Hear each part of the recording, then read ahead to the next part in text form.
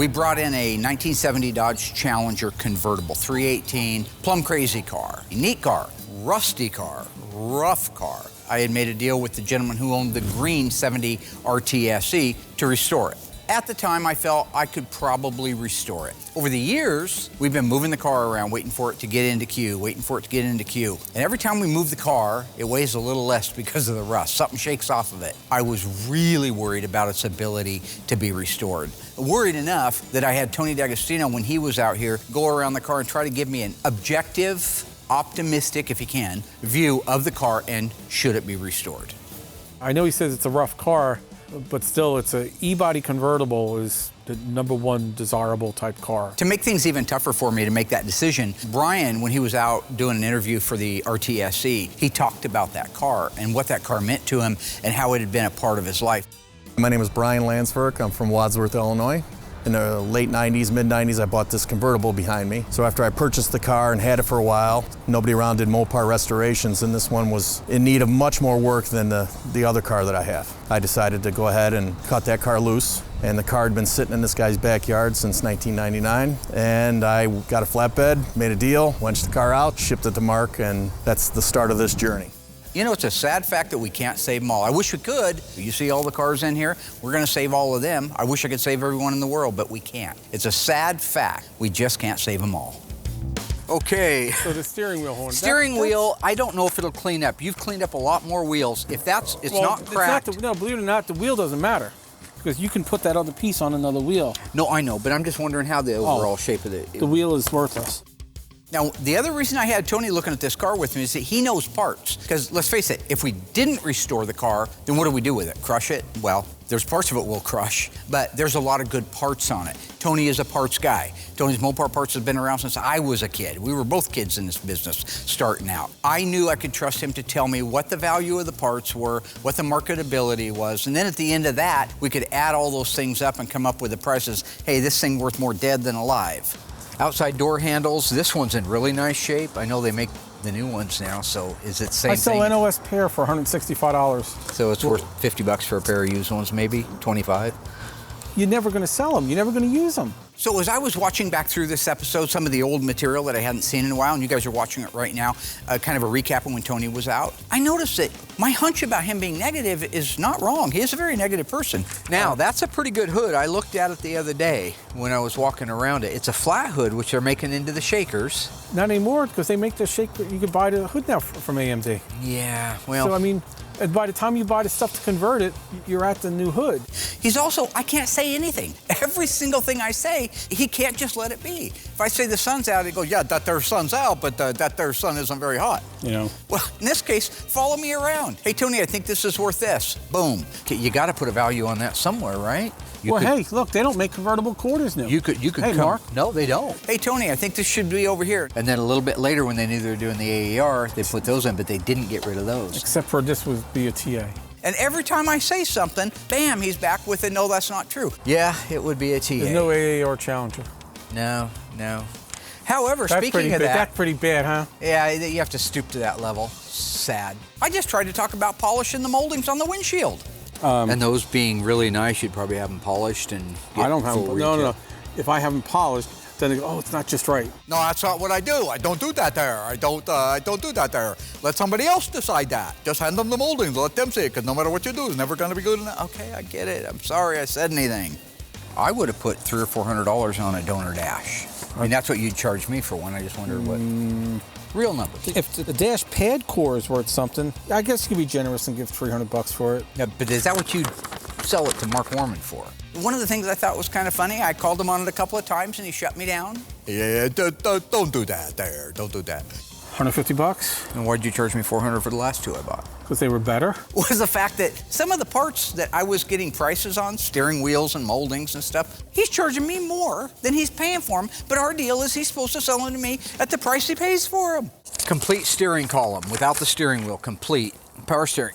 Good, complete column. $175? And then when I called him out on just stop, Mark, that there. You charged me $350 for the last one I bought. Stop. Give me a sandwich. you know, whatever. The fact is on this car, all of its value really resides in its parts. The convertible top mechanism, the windshield, the cowl, the things that make it a convertible. The tops of the quarters, that section isn't rotted out, so you could easily take the parts off of this car and make a hardtop Challenger into a convertible. All of its value now, other than the sentimental part, and I can't do anything about that, resides in the value of the parts. You know, retail, I would sell a convertible top frame, you know, for around $2,000. The metal corners. Stamped metal. And the centerpiece that runs across. Got it. Yep. Those 3 pieces also, that's probably $1,300. Wow. Retail. Wow. What would you give me for that spare tire? Nothing, but the jack hook would have been worth something, except for I came out. Tony's making these now, so they're not worth much. Tony and I kind of go round and round and bicker back and forth and stuff. Usually it's just one-upsmanship, you know, you're trying to get the other guy in a mistake, and aha, I got you. We're taking 2 different roads to get to the same place. But do you agree, sadly, with me overall, that it's done? Okay. The funeral march? In this particular case, we both merged at the end and came up with the agreement that the car couldn't be saved. And because it couldn't be saved, I had to make that dreaded phone call to the owner and let him know, look, it's not gonna make it. It was sad about the Challenger. It would have been a really cool car to restore, but it was just too far gone. Every time we moved that car around, it lost 50 pounds of rust.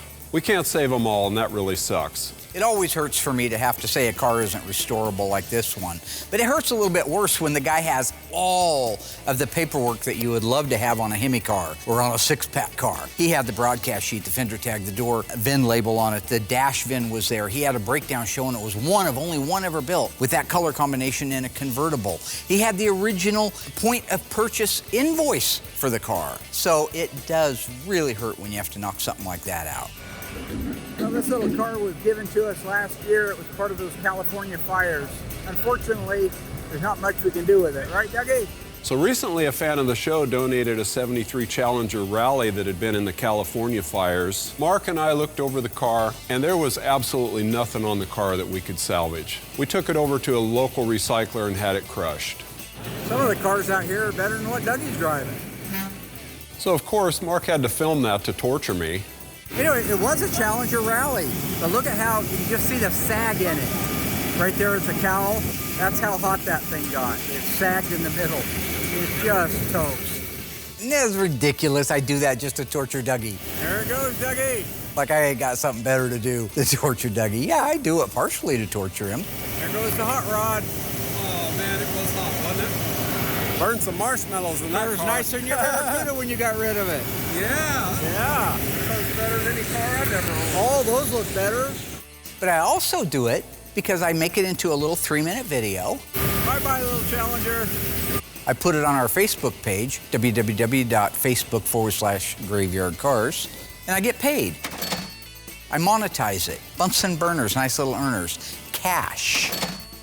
Krugerrands, as they said in Lethal Weapon. Money. You know, we're getting a lot of cars really pumped out of the paint shop right now. I've been with Mark for 25, 26 years. This is the best crew we've ever had. We joke a lot, we pick on them a lot, all that silly and fun stuff. Michael, meat sweats. You like that still? No. You don't? Cornbread. You like cornbread? Yeah, over all of them. We still call him Michael Meat Sweats because he still eats a lot of meat and he sweats a lot. And that's why he's got the gloves on. It's like a nervous habit, I think. I'm not sure exactly. Okay, we can't really rust primer. Well, then why do you have gloves on? I don't know. Safety precautions. Safety from what? Whatever.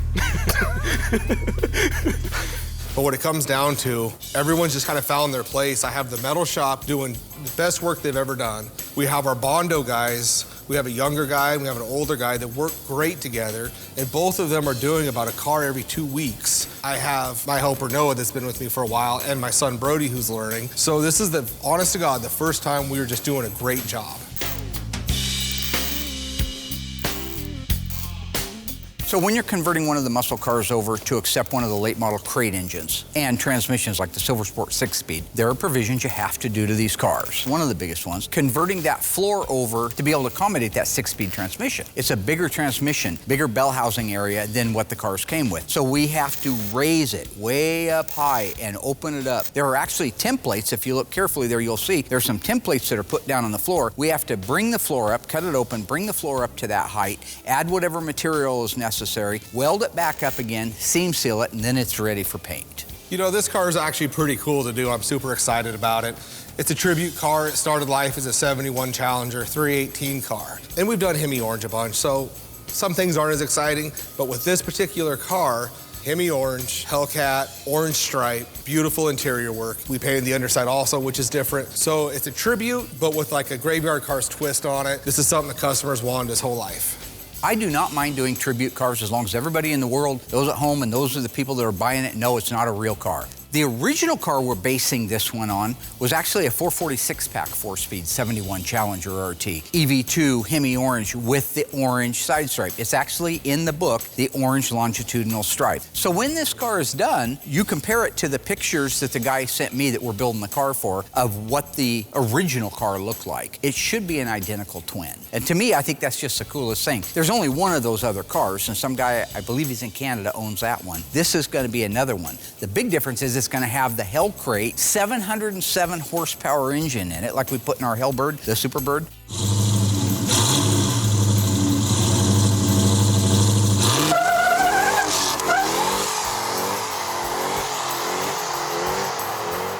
The 6-speed Silver Sport transmission, manual shifted with the pistol grip, everything looking like it should. First gear, second, there's the supercharger kicking in.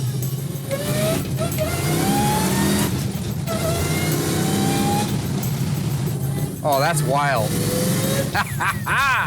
With the Mosier Dana 354 rear end. The rest of the car, 100% the way it could have come from the factory. So for the sealer, I do 2 coats of the DP90. By the time I get done going around the car once, it's almost time to go around it again. So that gives me my 2 coats there, fills any of the imperfections, light scratches. Then at that point, I'm ready for my color. So when I go to paint this car, it's all done in base coat, clear coat. We used to do it in single stage, and I've always done it that way. Problem with that, you kind of run into, it's got a metallic in it. So when you go to cut and buff it, it has to be done just a certain way. Otherwise, you'll move the metallic, kind of like on our Daytona hood that I had to repaint base clear. So what I've done is really got this formula dialed in. Base coat version is just spot on to what the original was. So for all you people at home that want to know how to do this, in PPG, that's all I can speak of, that's all I know. First toner is DMD 617, DMD 618, DMD 1686, DMD 1687, and lastly, DBX 1689. You mix all that together and you will get a perfect EV2 Hemi Orange base coat.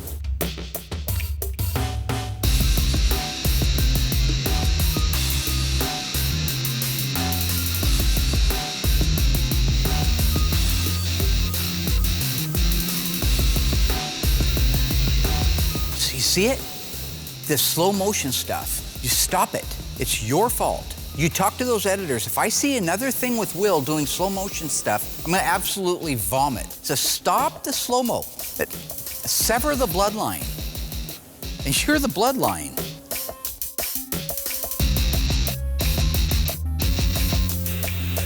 Base coat version of this, you're looking at 5, 6, 7 coats. Takes a little bit, especially that DP90's black, so orange over black takes a little bit longer to do. Then once that process is complete, I grab the DCU 2002, put 3 coats of clear on it, and we're done. On this 1971 Challenger, we've got the engine compartment all painted, looks beautiful. We still have all the jam work to do inside the trunk, inside the cab, because Mark told me the wrong color to paint it to start, so I got to go back and paint it the right color. Engine compartment's done, the cab is done. There. We're gonna get jammed out. There's your dinner, As soon as I just want to get through my day.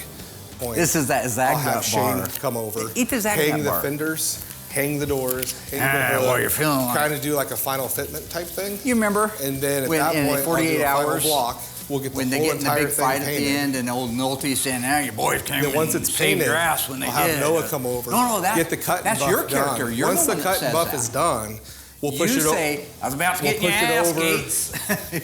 After you throw them in the We'll garbage. push it over to assembly. I've noticed with these movie references, he's always like, you know, the number one. He's the cool guy, the hero, whatever. And I'm like the villain or some other things that I can't repeat. But I'm always seem to be lesser than him in these movie roles. You ever play roulette? Always bet on black. I'm Axel Foley. He's Victor Maitland. You know, Lethal Weapon. He's Mel Gibson. He's coming out of the smoke on the motorcycle with the fog machines, and he's great, and it's all good. And I'm like Gary Busey. It doesn't work out. You know, he's got some cool moments, you know, when they held the fire to his arm, but then he got killed at the end. I think one time I'd like to maybe be the main guy, you know? He's Mr. Joshua, all right? I'm Mel Gibson with the nice ass drinking the beer naked in the trailer with my dog down on the beach. Okay, that's me, all right? He pushed Amanda Hunsaker out the damn window, for all I know. Why can't I be Jack Nicholson from A Few Good Men, and Mark could be like Demi Moore? No, I'm Colonel Jessup. You saw the animation. There's a whole animation where I'm actually Colonel Jessup. You want answers? I think I'm entitled to them. Do you want answers? I want the truth. You can't handle the truth. Son, we live in a world that has colors. And those colors have to be mixed by men with paint guns. Who's gonna do it? You? You're just jealous. You don't get to flip the script like that. And I'm gonna be what, Demi Moore? That's ridiculous. I'm Kathy. If anything, I'm Kathy. He says, I'm tired of you treating me like this, and I want to go somewhere nice to eat. And Kate says, oh, yeah, you're right, I'm hungry. And he puts the money in the machine, he pulls them out a Zagnut bar. I didn't have a Zagnut, it's a protein bar, but So is what's really cool, like we talked about in season 14 and the start of this season, is I'm producing. About me is I'm producing the show now. Boom, now I hit you in the head. So I can just shut this down at any point. So Pete, go ahead and cut. Shut what down? You're not Caleb, in charge of anything. Caleb, go ahead and shut What are you audio. doing, convict? And we're good You're about for to go this back bit. to prison, convict. And if it was American Werewolf in London, I'd be Jack, right? I'd be Jack, he'd be David. I'd be the guy who got victimized by some wild-ass sociopathic wolf, bloodthirsty damn thing, tears me to pieces while he's running. Not walking away from helping me, running. Hero, villain. That's why I went back to haunt him later. Oh, excuse me. We've cut. Yeah. We've cut. 48 hours, convict. Like I mentioned earlier, we were just pumping these cars out. So when it came to like the hood, the trunk, the valances on our black Challenger, wasn't interested in the silly paint off or anything for that matter. So at this point, I just come in early, get them painted, get them done, get them buffed, and get them on the car. On this particular one, I went ahead and just sealed it black. Covers a little bit quicker, but it's black, so it covers fast anyways, but it does hide all the imperfections. So 1 good coat of sealer, 4 coats of the black single stage, and they came out gorgeous. You know, when it comes to this car, the car is going black. That means there's no room for error. Your body lines on the side, the way you block out the car, body lines and bulges that are on the hood, there's just no room for error. I use the 9300 black single stage paint right out of the can. It's ready to go. As long as your prep work is what it should be, which ours is, my paint job will be great. The finished product of this car will be amazing. So when I did this color, I did it with 4 coats. I wanted to put an extra coat on just because I really wanted to lay it out, make it look just really that good, sheet of glass type good. But now that that's done, I'll let that sit for a couple weeks. We'll cut and buff it, wash everything up, and then assemble the car. One of the things that the guy wanted to do that the original car did not have on this Challenger was he wanted the bottom of it painted. That's a lot of work. It's an enormous amount of work. By the time you're done going in and out of all the crevices, getting them prepped, getting them sanded, then getting them painted, cleaned up, and ready to go, you could have 100, maybe 200 hours doing the bottom side of this car. So when it came to shooting the underside of our orange 71, it was a little trickier. A, the prep work has to be just like the outside of the car because you are painting it. 2, it's a little bit more challenging because there's a bunch of cracks and crevices that can very easily miss, so you really got to take your time on it. And the third part about this is you don't cut and buff it. How it looks when you hang your gun up and walk out, it needs to be perfect. You're not going to get in there and do all that buffing where you can't reach. So it's more technical, more time consuming, but the payoff is huge because it's going to look amazing.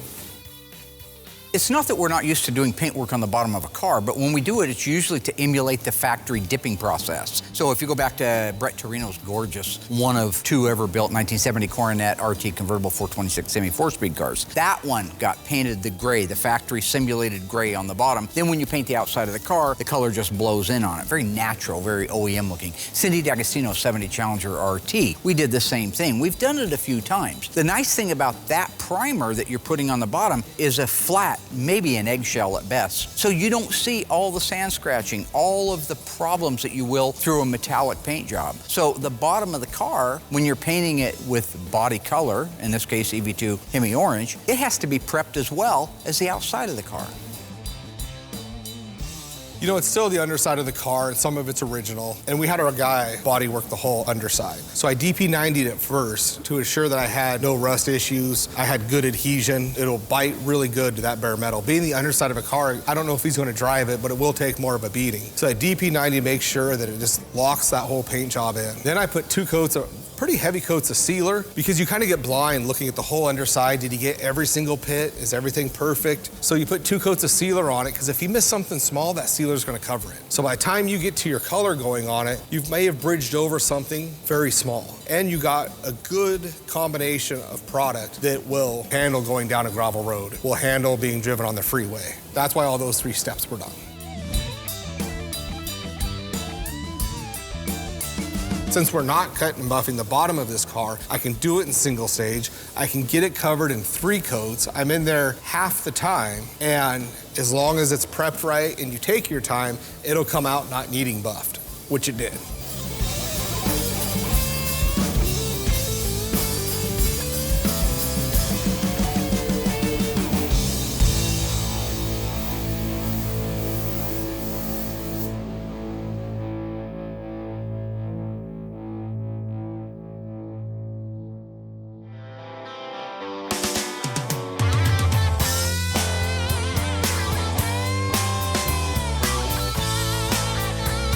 There have not been very many cars come across our path that we couldn't restore, but on this topic, if you guys recall back, there was a real Charger Daytona that came to us back when we were at the old shop to try to have it restored. And I wanted to restore it, I really did. But unfortunately, there just wasn't enough car left. You know, when the guy brought the car in, I was optimistic until he opened the door on the trailer and there was nothing but parts in there. There wasn't even, like on our Phantom Coupe, if you go back, it was a car. This wasn't even that. This was nothing. This was a rear clip off of another car, a rocker section off of that car. Because keep in mind, this car was at the bottom of a rock quarry up in Nova Scotia, Canada, where it had gotten pushed off 30 years earlier. So when this guy retrieved this car, there wasn't much left of it, except the guy who did push it off the cliff and say, hey, this is great filler material, later regretted it, cut out the dash VIN for it. He had the core support numbers, the trunk lip numbers. He saved a section of the quarter that had the Daytona decal on it. You can see all of that stuff. And that's all wonderful stuff, but you can't just put those things on another car or other parts and say, this is the car. There's not enough of the original car.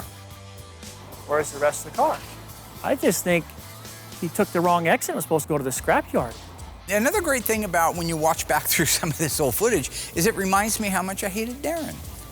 Is there anything really to start with? That's, I think, the bottom line here. What do you start with on this car? Just like with Brian's car on this Daytona, I actually conferred with Tony D'Agostino on that one. I called him up and I sent him a bunch of pictures. We looked at the pictures in real time together. He agreed with me. It's just not a complete car when it's done.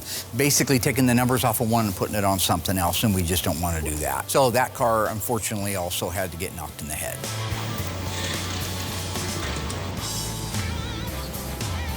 Mark had to help me move this car around with the forklift because every time we go to pick it up, it tries to fall in 4 pieces like a taco. You know, it's a convertible car, so there's nothing holding it together when the top's down anyway. Something like this, if it could have been taken care of, would have been really nice, but there just wasn't much left of it. If you go out through the lot and you look at the cars that have rusts on them, there's rust where you can put your hand right through the quarter panel, no problem, but the frame rails are solid, the floors are solid. Those cars structurally are still good, solid cars. So the more of that rust that you have, like in the frame rails and the floors and the underseat pan and the aprons, the more it compromises the integrity of the body. This car is rotten from the belt moldings down, literally rotten to a point where there's nothing. So when I raise the car up or try to raise it up on the lift, that's why it looks like a Lamborghini. The doors just kick up in the air like that. This thing is in bad shape. Every time we moved it around the lot, it would fold in half, but now you can see it. We go to raise the car up and it folds literally in half. So this car was falling apart so bad, I couldn't even figure out how to get it up on the hoist. Mark thought up the idea of using the hoist and the forklift at the same time to pick this thing up so the front end didn't just break off of it.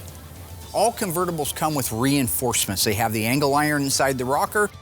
They also have the torque box at the front and the rear. I'm showing here that the torque box is completely gone from rust. The transmission cross member, I can literally bang up and down like this, like a rubber band. There is nothing left of that car. Okay, so the only thing we have to do now is get under this thing and start trying to unbolt things. So normally we have a procedure to take these cars apart, but with this one here, it was quite a challenge. We just decided to use a torch and a hammer. So once we got everything unbolted, we were able to get the engine and transmission out, but it wasn't pretty.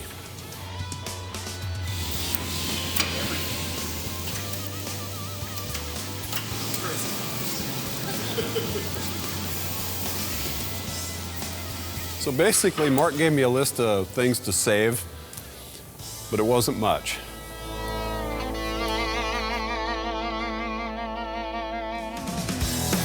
Okay, so today is the day. It's going Hemi orange. I've already waxed and creased it.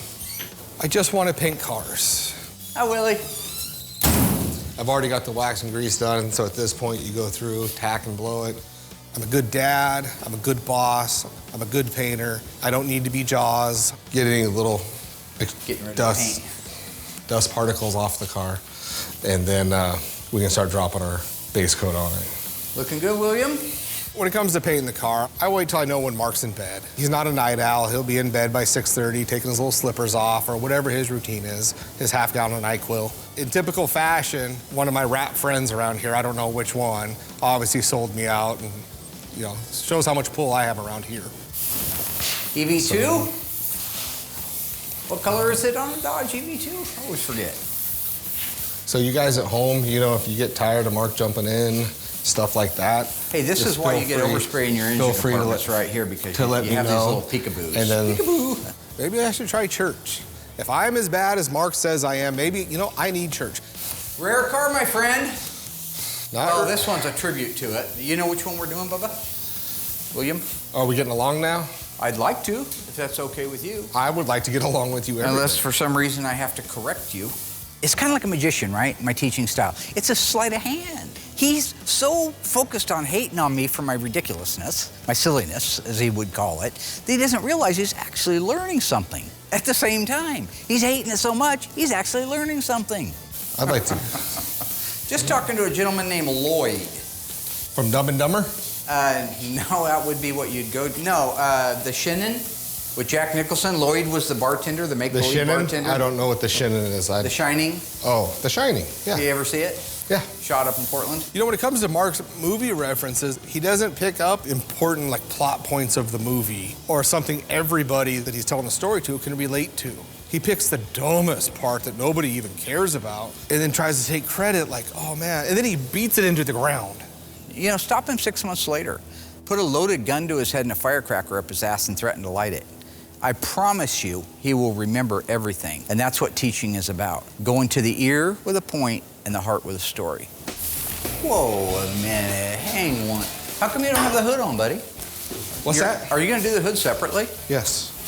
And the deck lid? Yeah. Remember that episode not too long ago where you were saying if you don't paint all of it at the same time on a metallic, it won't match? This is such a fine metallic, it's okay. So a lot of circumstances, these cars are too big to have a hood and deck lid in there with the car. So I'll do them separately. The air pressure, I have a digital little gauge on the back of my gun, so I know the air pressure is good. However many coats I put on the car, I put on the hood and the deck lid when I go to do them. So I've never had a problem actually painting them separately at all. Fine metallic. Yeah. Okay, gotcha. My only point here isn't to pick on him, is just do what your lips say you're gonna do. You can't go tell our people, our faithful audience out there, that because it's metallic, I have to paint the car all together and then decide later because of the size of the metallic, I don't have to do that. Well, all you're doing is keeping our audience on an emotional yo-yo. You don't deserve that. You know, I respect you more than that. I paint these cars apart in most cases. If it's a metallic, the doors will be on it, the fenders will be on it, but the hood and deck lid are off. So what we should have said in that episode was if it's a coarser metallic, you've really got to paint it all at the same time. You're the one that tells me what to say, sir. I don't know, when you do your interviews, I don't think I write them, sir. Oh, cool. You hear something funny? Yeah, I just did. Okay. When it comes down to it, Mark does write these questions to inform people at home, you know, so they know what we're doing, our process, stuff that they want to know. Belt molding car, G36 car too, Will. Nice. Dual outside painted mirrors. Are there provisions in that, by the way? Yeah.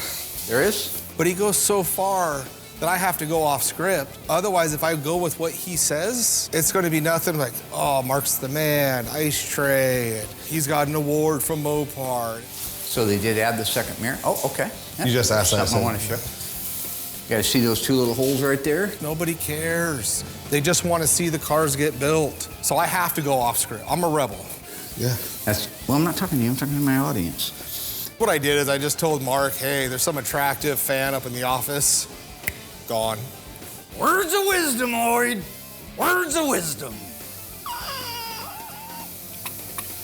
Now that I got rid of Mark for quite some time, more than likely, we can get this car painted. You know, again, this is my own formula. Got it mixed up. Looks great. 7 coats to cover. Hit it with that clear coat, and under the right lights, that metallic will just pop.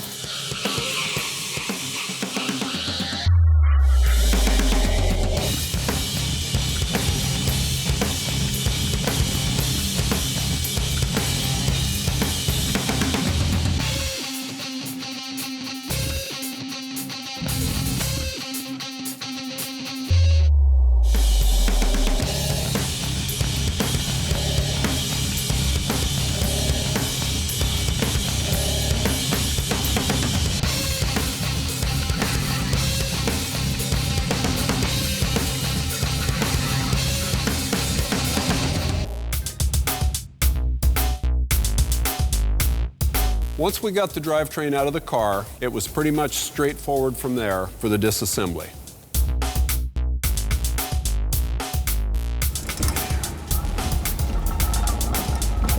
This is classic Dougie right here. This is what I'm talking about. Peering inside of it, pushing it out into the middle of the aisleway. He spots me, yells at me, hey, Mark. Mark! I come running down there because I think something's wrong, right? He shows me, he holds a flashlight up and he says, look, what is it? I thought, well, maybe a critter's in there or something, you know? Gas. Can you see that? Yeah, it's gas. Yeah, well, it's half full. Yeah, it's a gas tank. Yeah, well, it's dangerous. It's flammable. Maybe even explosive. It's a gas tank. I don't get the question. I could have blown myself up. Mark?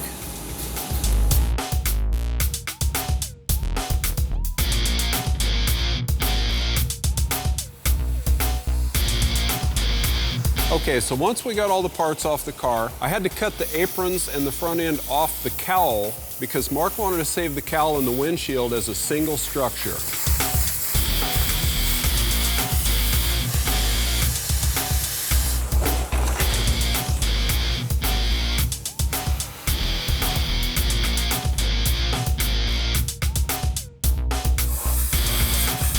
So we did the same thing at the back. Mark wanted to save the unique convertible mechanism in the back of this car, so I cut it right across at the rockers.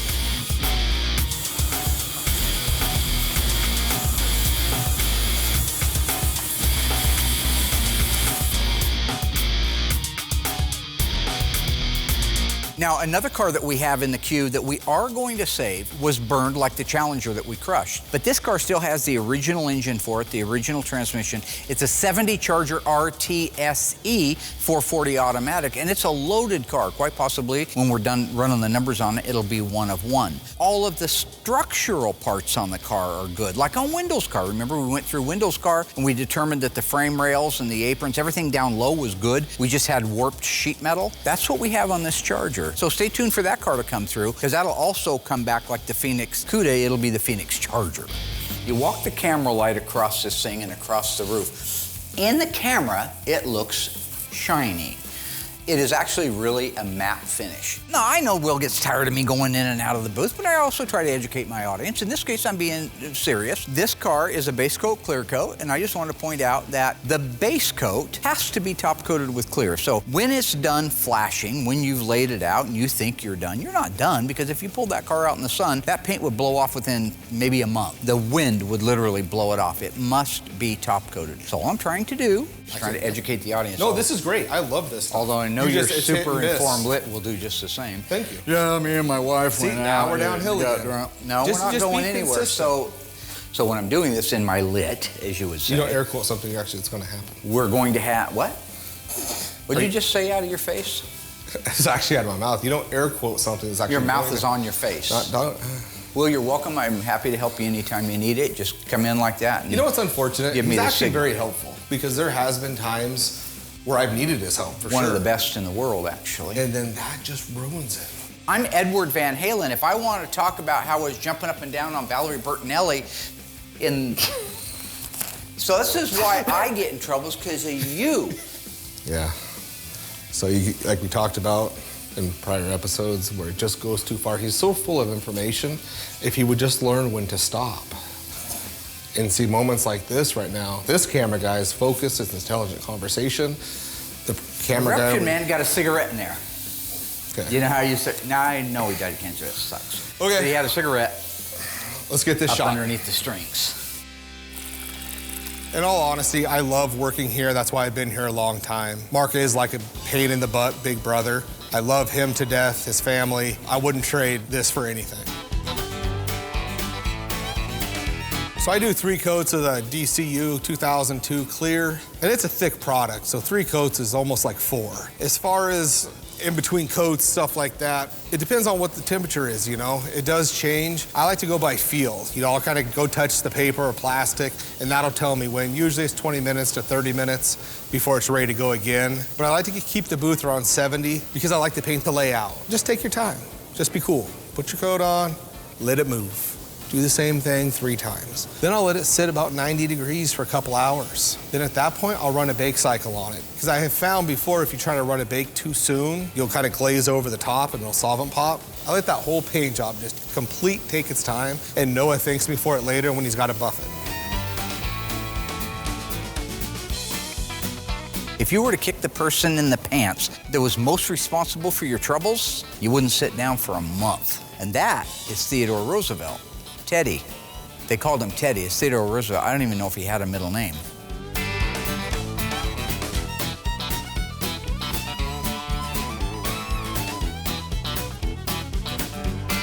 He's Sam Jackson from Deep Blue Sea. I'm the shark, right? If this is Deep Blue Sea, he's Sam Jackson's character. All right, he gets ate by a shark, like Sam Jackson said. Who's the shark? I am. I don't care if it's a good guy or a bad guy or a villain or a hero. Okay, as long as whoever it is that I'm playing is cool. I don't mind being Hans Gruber. Hans Gruber was a great villain. I don't care about Yippee-ki-yay and all that silly stuff and his fake scars and running around smoking his Camels and his Zippo lighter. I want to say cool stuff like, you're going to have to tell your brother that Carl is dead. That's cool stuff. I must have missed 60 minutes. What are you saying? I don't care.